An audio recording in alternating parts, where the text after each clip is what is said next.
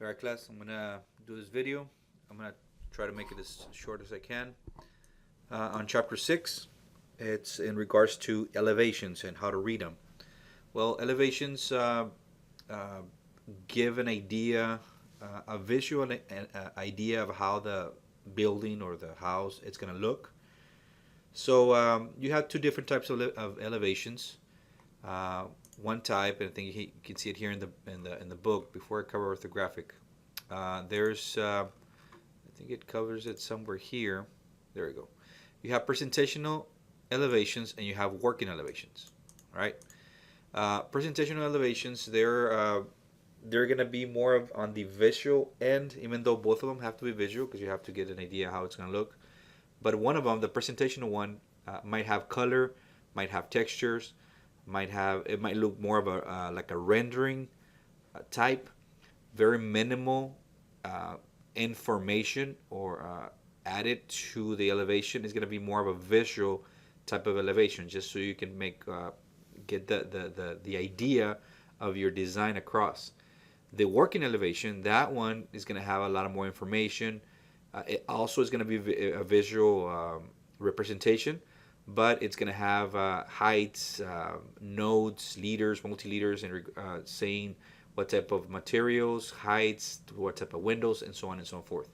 So you have those two different types of elevations. Like again, the presentational ones might be more for to show to clients or to advertise your house or your building. The working elevations are going to be more for that contractor, specifying exactly what is it that you want for them to build.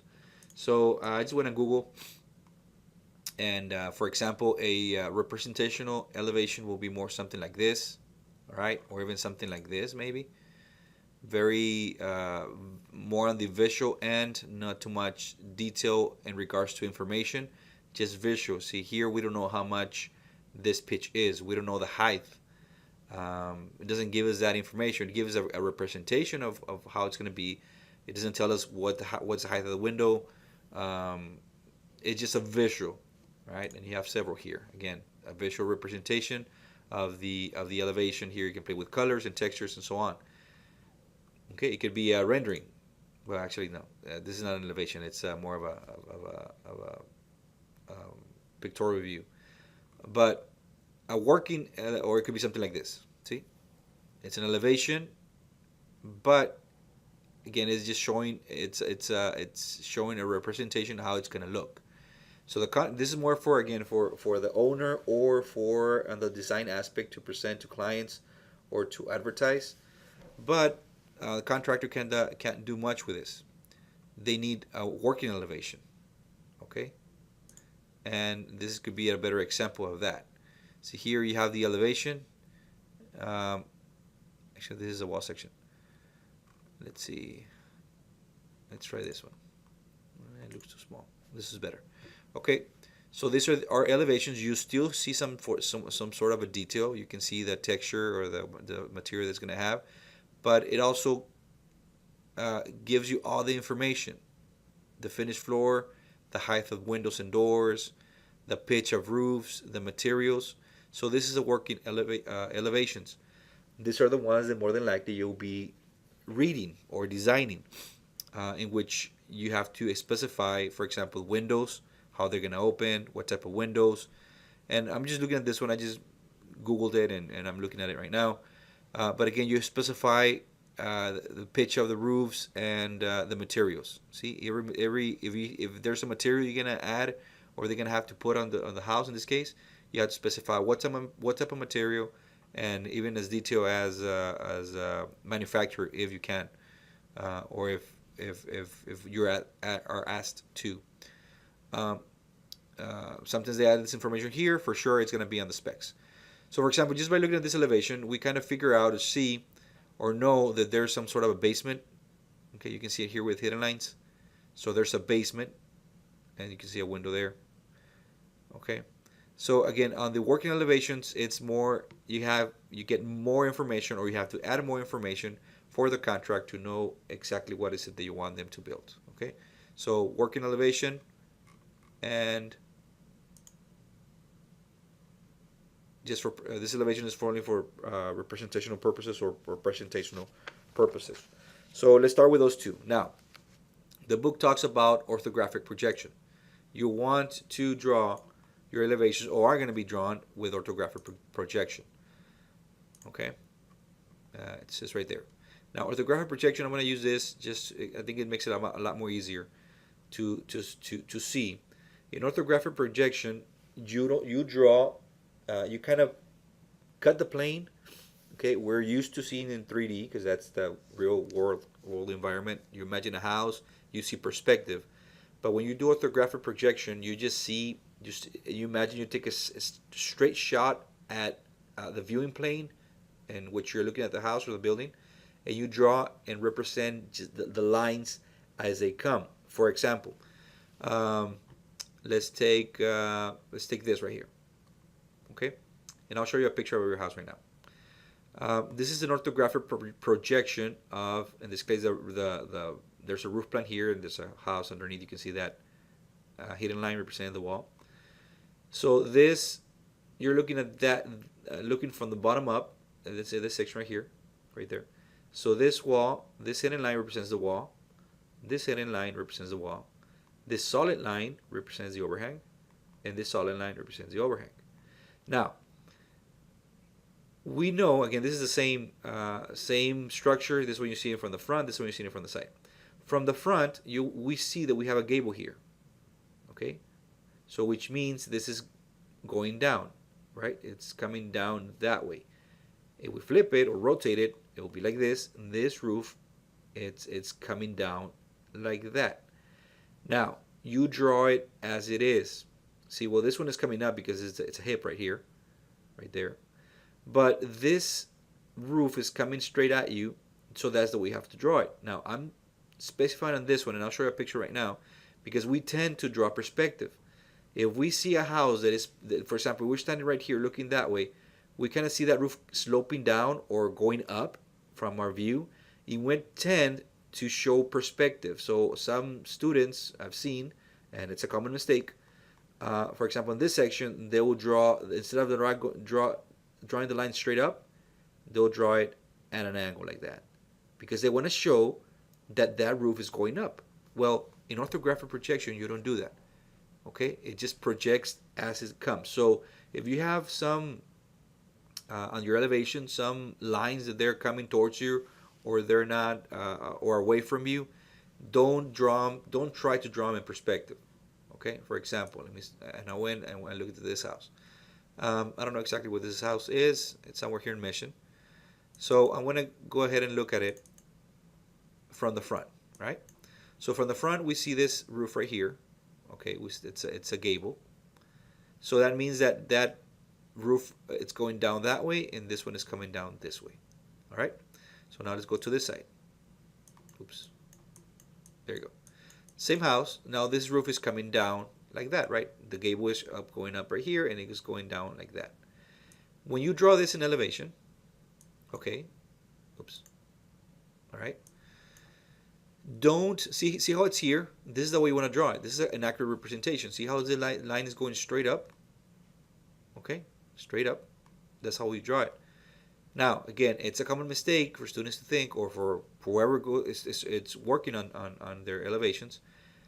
They might think, okay, this is going up, so I have to represent it that it's going up. So how do I do that? I'm going to draw this line going up like that, right? Perspective. So it's understood that it's going up from this point, it's going up that way. Well, in orthographic projection, you don't do that. Okay, it's just the way it is, the way you see it. So when you draw an elevation, it's a good idea just to picture the houses like this, right? A real house. Or what I would do, even just drive around or just look at your house and try to do the elevation. And again, you don't use perspective. Now, there's some lines that go at an angle, of course, like for this one. That one's going to go at an angle because there's a roof here. There's a section. How do I go? There's a section. Okay, come on. Let's go again this way. There you go. See, there's a section right there that's going back, which is this one. So from the side, you do see it going up.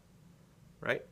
So again, just orthographic projection. You can read more. You can read more on this on your own. You draw it straight as you see it. Okay, so that's why we have elevations here, and see how you draw it just the way it is. See, this roof is coming down, and we can picture that, but you don't draw it going up like that to show perspective, to make a point that it's going up. You don't do that unless the roof is doing that, right? Same thing here. See, this is going up and then goes down as a gable on the other side. Well, you don't draw it like that to show perspective. You draw it straight. Now the height, it will be the representational height from point A to point B. All right, which would be in this case, okay, this is the entry. So, for example, this right here, this roof line, it's that one. It seems. And this small one is that one. Okay, so how much does that one go up? How much is from here to here? Well, same distance from here to there. So you extend the line, and then that'll be the height. Same height right there. How much is the height from here to there? Well, it's from this point. Bring a line straight. Oops. Bring a line straight and go down. That's a height. Okay, so it's like a scene.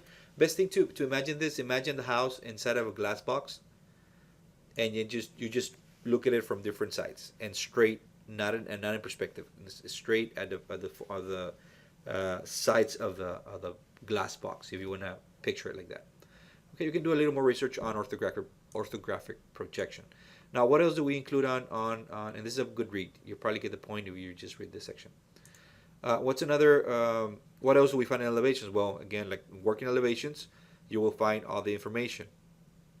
Now, in some elevations, they will like draw or hatch or draw it if they do it by hand, all the material. Some other instances, they just do a section, right? Like for example, here seems like you're using a clay tile roof.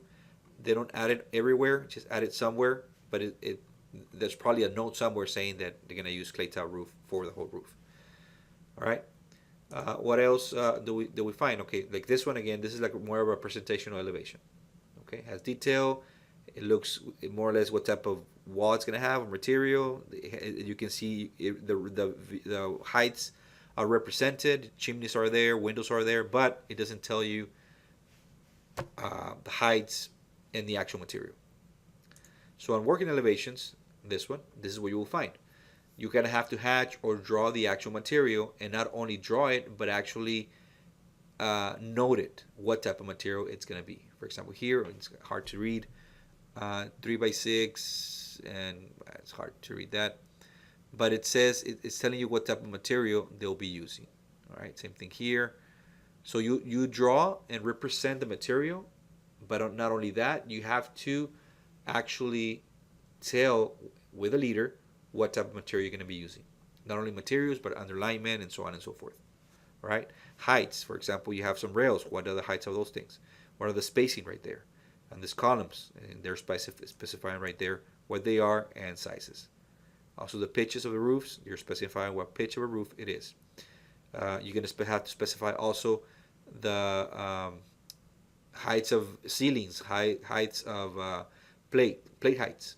You have to specify all that information on your elevations, okay? And be as clear as you can, because you don't want to make for the contractor to make a mistake and put a different window with it where they shouldn't, or give you a different roof pitch, which maybe is going to affect the use of that space, right? Let's say they frame it and they frame it lower, and your idea and your design, you wanted to use that space for a dormer, let's say. Or attic space for an office, whatever.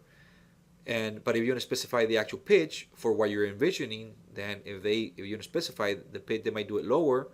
So then you don't have the space there or it's going to be limited, the space you have for what you needed it, or it's going to be useless. Okay.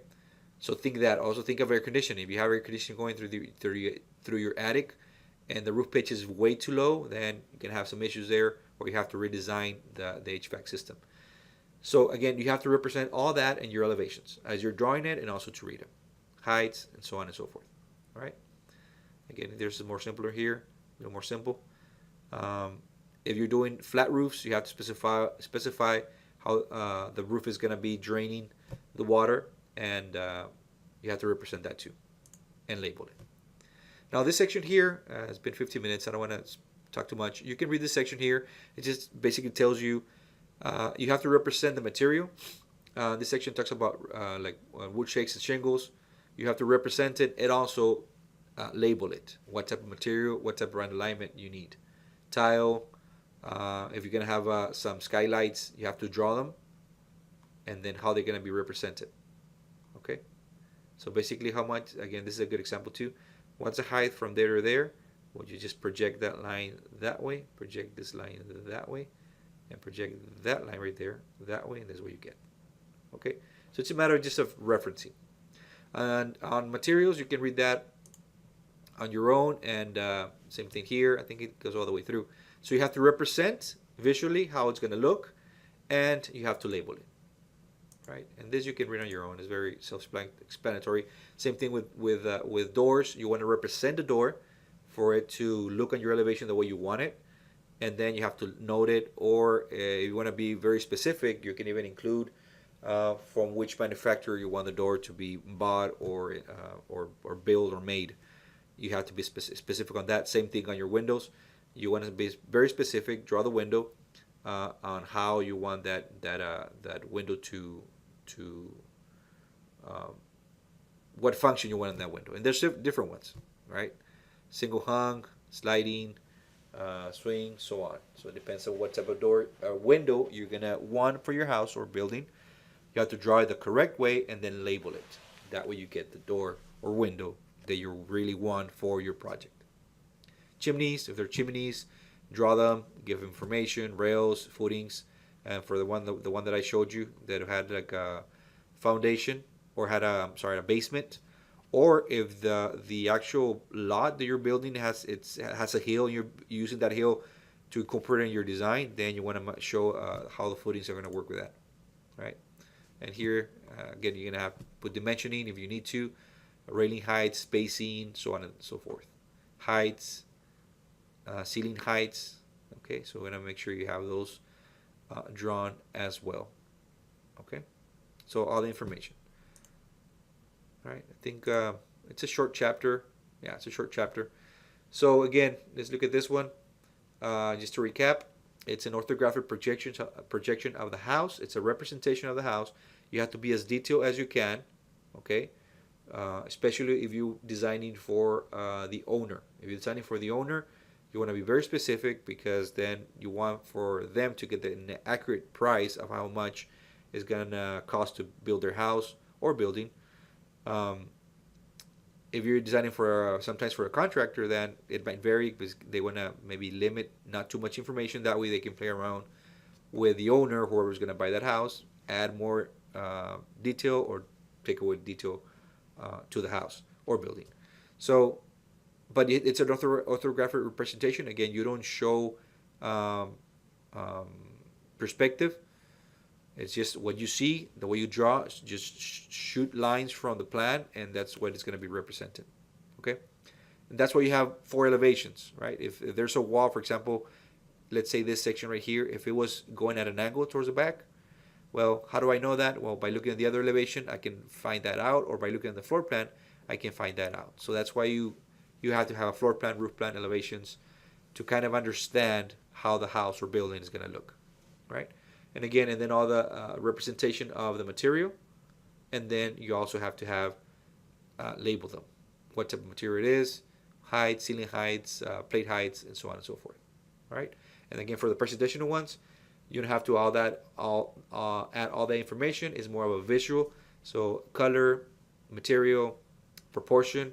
Those are good for presentational, but for working elevations, you have to have all the material. Okay, so this is the video for chapter 6. Again, if you read your chapter, it's very self-explanatory. The assignments for chapter 6 are already open. And for the sketch for the elevation, we're going to wait on that one for the reason that we're going into Revit. If you haven't done so, go into our coursework. There's a folder called Revit. There's some videos that Mr. Reyes has done explaining how Revit works. View those, and then I'm gonna try to do my own, so I can walk around it and do it myself. Um, and if I post some of those up, I'll send a message, let you know where they're gonna be at, so we can start working with Revit. And then once you do your house in Revit, then you can. That's how I want you guys to represent your elevations. Okay. So for this time, we're not gonna do the elevations by hand. We're gonna wait for Revit to do those, so we can understand how it works. All right, and we can move a little bit faster. So watch those videos on Revit, and I'm gonna start uploading the rest. On the videos also that Mr. Reyes has there. Actually, I have there, but they're from Mr. Reyes, and it says that for each video you have to take a snapshot, save a file, and submit it. Well, it was for a different training. Just watch them, and then I'll let you know what is it that we're gonna submit. Okay, so please look at those videos for Revit. And go onto the lab, open Revit, and start playing around with it using the videos that Mr. Reyes has there. Okay, if you have any questions, please let me know, and we'll continue with the class. We have a couple of weeks left. We're going downhill, so after this, we're gonna start with Revit, and then we're gonna work on your final project, which you're gonna be doing your house. You have been designing up to now. We're gonna design it. You're gonna draw it in Revit. So that's gonna be your final project. All right. So have fun.